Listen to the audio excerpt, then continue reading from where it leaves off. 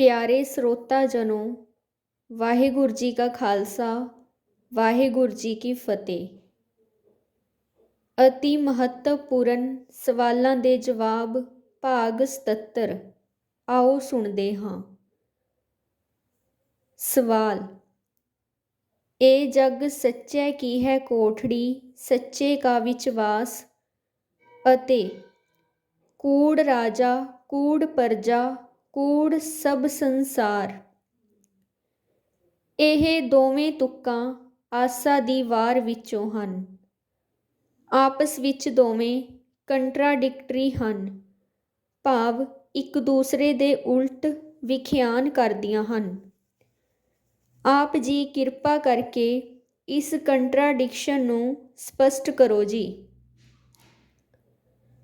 ਜਵਾਬ: ਸ਼੍ਰੀਮਾਨ ਜੀ, ਦੋਵੇਂ ਹੀ ਤੁਕਾਂ ਆਸਾ ਦੀ ਵਾਰ ਬਾਣੀ ਵਿੱਚੋਂ ਹਨ। ਬਾਣੀ ਗਲਤ ਹੋ ਹੀ ਨਹੀਂ ਸਕਦੀ। ਆਪ ਜੀ ਦਾ ਭੁਲੇਖਾ ਬਾਬੇ ਨਾਨਕ ਜੀ ਦੀ ਕਿਰਪਾ ਨਾਲ ਆਪਾਂ ਦੂਰ ਕਰ ਲੈਂਦੇ ਹਾਂ। ਪਹਿਲੀ ਤੁਕ ਗੁਰੂ ਅੰਗਦ ਸਾਹਿਬ ਜੀ ਦੀ ਹੈ ਤੇ ਦੂਜੀ ਗੁਰੂ ਨਾਨਕ ਸਾਹਿਬ ਜੀ ਦੀ। ਇਹ ਵੀ ਨਾ ਸਮਝਣਾ ਕਿ ਬਾਣੀ ਵਿੱਚ ਵਿਚਾਰਾਂ ਦਾ ਫਰਕ ਹੁੰਦਾ ਹੈ। ਸਾਰੇ ਗੁਰੂ ਗ੍ਰੰਥ ਸਾਹਿਬ ਵਿੱਚ ਜਿੰਨੇ ਵੀ ਮਹਾਪੁਰਸ਼ਾਂ ਦੀ ਬਾਣੀ ਹੈ, ਸਾਰੀ ਸੱਚ ਦੇ ਆਧਾਰ 'ਤੇ ਹੈ, ਸਭ ਬਰਾਬਰ ਹੈ। ਅਸੀਂ ਮੱਥਾ ਗੁਰੂ ਗ੍ਰੰਥ ਸਾਹਿਬ ਜੀ ਨੂੰ ਟੇਕਦੇ ਹਾਂ। ਅਸੀਂ ਸਾਰੇ ਮਹਾਪੁਰਸ਼ਾਂ ਦੀ ਬਾਣੀ ਨੂੰ ਮੱਥਾ ਟੇਕਦੇ ਹਾਂ, ਭਾਵ ਅਸੀਂ ਸਿਰ ਝੁਕਾਉਂਦੇ ਹਾਂ, ਮਨ ਨੂੰ ਝੁਕਾਉਂਦੇ ਹਾਂ ਤੇ ਬਾਣੀ ਨੂੰ ਪ੍ਰਵਾਨ ਕਰਦੇ ਹਾਂ। ਇਹਨਾਂ ਦੋਹਾਂ ਸ਼ਬਦਾਂ ਜਾਂ ਤੁਕਾਂ ਵਿੱਚ ਕੋਈ ਵਿਰੋਧਾਭਾਸ ਨਹੀਂ ਹੈ। ਸ਼ਬਦ ਵੱਖਰੇ ਵੱਖਰੇ ਹਨ ਤੇ ਅਰਥ ਵੀ ਵੱਖਰੇ ਵੱਖਰੇ ਹਨ। ਸਾਰੀ ਬਾਣੀ ਦਾ ਆਧਾਰ ਸੱਚ ਹੈ ਤੇ ਈਸ਼ਵਰ ਵੀ ਸੱਚ ਹੈ। ਬਾਣੀ ਈਸ਼ਵਰ ਦੇ ਦਰ 'ਤੇ ਵੀ ਪ੍ਰਮਾਣਿਤ ਹੈ। ਪਹਿਲੀ ਤੁਕ ਦਾ ਪੂਰਾ ਸ਼ਬਦ ਇਸ ਪ੍ਰਕਾਰ ਹੈ: ਇਹ ਜਗ ਸੱਚੈ ਕੀ ਹੈ ਕੋਠੜੀ, ਸੱਚੇ ਕਾ ਵਿਚਵਾਸ। ਇਕ ਨਾ ਹੁਕਮ ਸਮਾਏ ਲਏ, ਇਕ ਨਾ ਹੁਕਮੇ ਕਰੇ ਵਿਨਾਸ਼। ਇਕ ਨਾ ਭਾਣੈ ਕੱਢ ਲਏ, ਇਕ ਨਾ ਮਾਇਆ ਵਿੱਚ ਨਿਵਾਸ। ਇਹ ਵੀ ਆਖ ਨਾ ਜਾਪੀ, ਜੇ ਕਿਸੈ ਆਣੇ ਰਾਸ। ਨਾਨਕ ਗੁਰਮੁਖ ਜਾਣੀਐ, ਜਾਕੋ ਆਪ ਕਰੇ ਪ੍ਰਗਾਸ। ਅਰਥ: ਇਹ ਸੰਸਾਰ ਸੱਚੇ ਈਸ਼ਵਰ ਦੇ ਰਹਿਣ ਦਾ ਸਥਾਨ ਹੈ ਤੇ ਈਸ਼ਵਰ ਇਸ ਵਿੱਚ ਆਪਣਾ ਨਿਵਾਸ ਰੱਖ ਰਿਹਾ ਹੈ। ਆਸਾ ਦੀ ਵਾਰ ਵਿੱਚੋਂ ਹੀ ਇਹ ਤੁਕਾਂ ਮਿਲਦੀਆਂ ਹਨ। ਆਪੀਨੈ ਆਪ ਸਾਜਿਓ, ਆਪੀਨੈ ਰਚਿਓ ਨਾਉ। ਦੁਈ ਕੁਦਰਤ ਸਾਜੀਐ, ਕਰ ਆਸਣ ਡਿਠੋ ਚਾਉ। ਗੁਰੂ ਨਾਨਕ ਸਾਹਿਬ ਕਹਿੰਦੇ ਹਨ, ਈਸ਼ਵਰ ਨੇ ਪਹਿਲਾਂ ਆਪਣੇ ਆਪ ਨੂੰ ਸਾਜਿਆ ਤੇ ਪ੍ਰਗਟ ਕੀਤਾ ਤੇ ਫਿਰ ਆਪਣਾ ਨਾਮ ਵੀ ਰੱਖ ਲਿਆ ਸੱਚ। ਸਤਿਨਾਮ ਮੂਲ ਮੰਤਰ ਵਿੱਚੋਂ ਸਾਨੂੰ ਇਹ ਗੱਲ ਸਮਝ ਆਉਂਦੀ ਹੈ। ਫਿਰ ਲਿਖਿਆ ਹੈ, ਫਿਰ ਕੁਦਰਤ ਭਾਵ ਸਾਰੀ ਸ੍ਰਿਸ਼ਟੀ ਦੀ ਰਚਨਾ ਕਰ ਦਿੱਤੀ ਤੇ ਉਸ ਵਿੱਚ ਬੈਠ ਕੇ ਚਾਅ ਨਾਲ ਆਪਣੀ ਰਚਨਾ ਨੂੰ ਭਾਵ ਮਾਤਾ ਪਿਤਾ ਦੀ ਤਰ੍ਹਾਂ ਵੇਖਣ ਲੱਗਾ ਤੇ ਸੰਭਾਲਣ ਵੀ ਲੱਗਾ। ਆਪਣੀ ਔਲਾਦ ਦੀ ਪਰਵਰਿਸ਼ ਦਾ ਇੰਤਜ਼ਾਮ ਵੀ ਕਰ ਦਿੱਤਾ।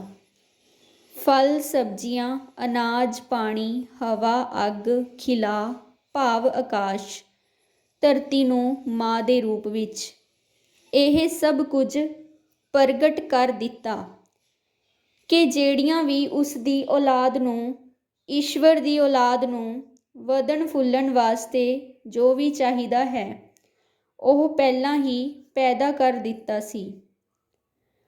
ਇਸ ਗੱਲ ਨੂੰ ਜਦੋਂ ਅਸੀਂ ਵਿਚਾਰਦੇ ਹਾਂ, ਚੰਗੀ ਤਰ੍ਹਾਂ ਸਮਝਦੇ ਹਾਂ ਤੇ ਹੈਰਾਨ ਹੋ ਉੱਠਦੇ ਹਾਂ ਅਤੇ ਵਿਸਮਾਦ ਤੇ ਪ੍ਰੇਮ ਵਿੱਚ ਆ ਜਾਂਦੇ ਹਾਂ। ਫਿਰ ਸਾਡੇ ਮਨ ਦੇ ਅੰਦਰੋਂ ਮਾਤਾ ਪਿਤਾ ਦੇ ਰੂਪ ਵਿੱਚ ਈਸ਼ਵਰ ਕਿਵੇਂ ਆਪਣੇ ਜੀਵ ਜੰਤੂਆਂ ਦੀ ਸਭ ਦੀ ਦੇਖਭਾਲ ਕਰ ਰਿਹਾ ਹੈ, ਅੱਗੇ ਸਮਝਦੇ ਹਾਂ। ਕਈ ਜੀਵਾਂ ਨੂੰ ਆਪਣੀ ਇੱਛਾ ਅਨੁਸਾਰ ਕਈ ਜੀਵਾਂ 'ਤੇ ਕਿਰਪਾ ਕਰਕੇ ਉਹਨਾਂ ਨੂੰ ਇਸ ਸੰਸਾਰ ਦੇ ਝੱਖੜ ਝੋਲਿਆਂ 'ਚੋਂ ਬਚਾ ਕੇ ਆਪਣੇ ਨਾਲ ਜੋੜ ਲੈਂਦਾ ਹੈ, ਭਾਵ ਆਪਣੇ ਵਿੱਚ ਮਿਲਾ ਲੈਂਦਾ ਹੈ।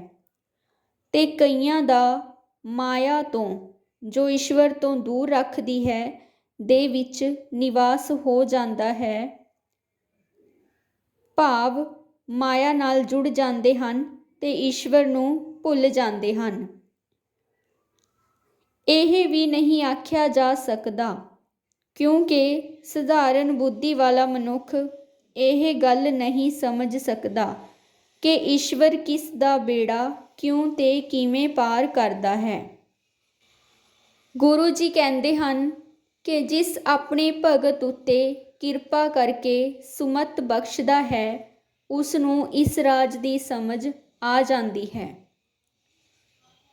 ਦੂਸਰੀ ਤੁਕ ਦਾ ਸ਼ਬਦ ਇਸ ਪ੍ਰਕਾਰ ਹੈ: ਕੂੜ ਰਾਜਾ ਕੂੜ ਪਰਜਾ ਕੂੜ ਸਭ ਸੰਸਾਰ, ਕੂੜ ਮੰਡਪ ਕੂੜ ਮਾੜੀ ਕੂੜ ਬੈਸਣ ਹਾਰ, ਕੂੜ ਸੋਇਨਾ ਕੂੜ ਰੂਪਾ ਕੂੜ ਪਹਿਨਣ ਹਾਰ, ਕੂੜ ਕਾਇਆ ਕੂੜ ਕੱਪੜ ਕੂੜ ਰੂਪ ਅਪਾਰ, ਕੂੜ ਮੀਆਂ ਕੂੜ ਬੀਬੀ ਖਪ ਹੋਏ ਖਾਰ, ਕੂੜ ਕੂੜੈ ਨੇ ਲਗਾ ਵਿਸਰਿਆ ਕਰਤਾਰ, ਕਿਸ ਨਾਲ ਕੀਚੈ ਦੋਸਤੀ ਸਭ ਜਗ ਚੱਲਣ ਹਾਰ, ਕੂੜ ਮਿੱਠਾ ਕੂੜ ਮਾਖਿਓ ਕੂੜ ਡੋਬੇ ਪੂਰ, ਨਾਨਕ ਵਖਾਣੈ ਬੇਨਤੀ ਤੁਧ ਭਾਜ ਕੂੜੋ ਕੂੜ। ਕੂੜ ਦਾ ਅਰਥ ਹੈ ਬਿਨਸਨਹਾਰ, ਜਿਸ ਦਾ ਕੋਈ ਸੱਚ ਦਾ ਆਧਾਰ ਨਹੀਂ ਹੈ।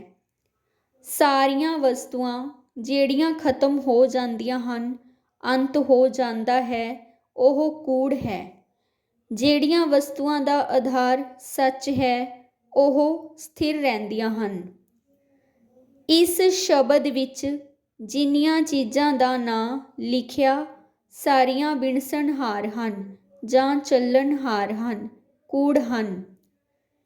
ਰਾਜੇ ਤੋਂ ਲੈ ਕੇ ਸਾਰੀਆਂ ਸੋਨਾ ਰੂਪਾ ਕਾਇਆ ਸਭ ਖਤਮ ਹੋ ਜਾਂਦੀਆਂ ਹਨ।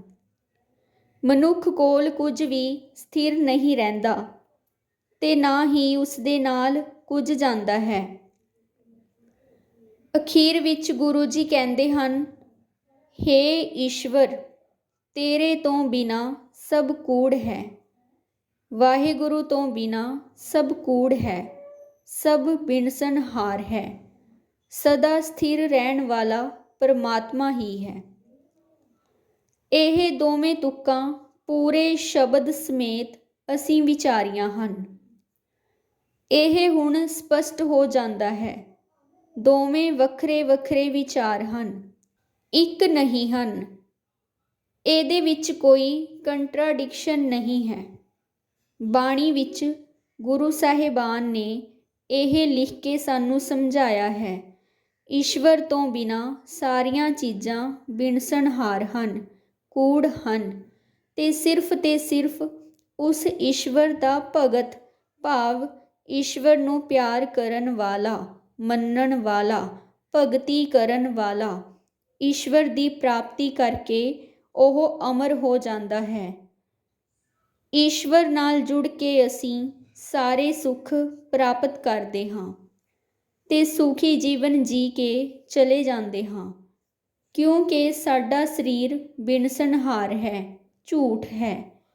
ਸਾਡੀ ਜੋ ਆਤਮਾ ਹੈ, ਉਹ ਮਰਨ ਉਪਰੰਤ ਈਸ਼ਵਰ ਵਿੱਚ ਮਿਲ ਜਾਂਦੀ ਹੈ। ਵਿਚਾਰ ਦੇਵਿੰਦਰਜੀਤ ਸਿੰਘ।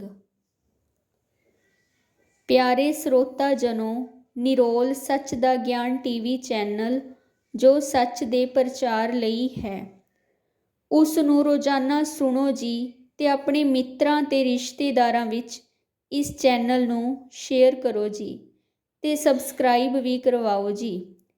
ਸੱਚ ਦਾ ਗਿਆਨ ਵੰਡਣਾ ਪਰ ਉਪਕਾਰ ਹੈ।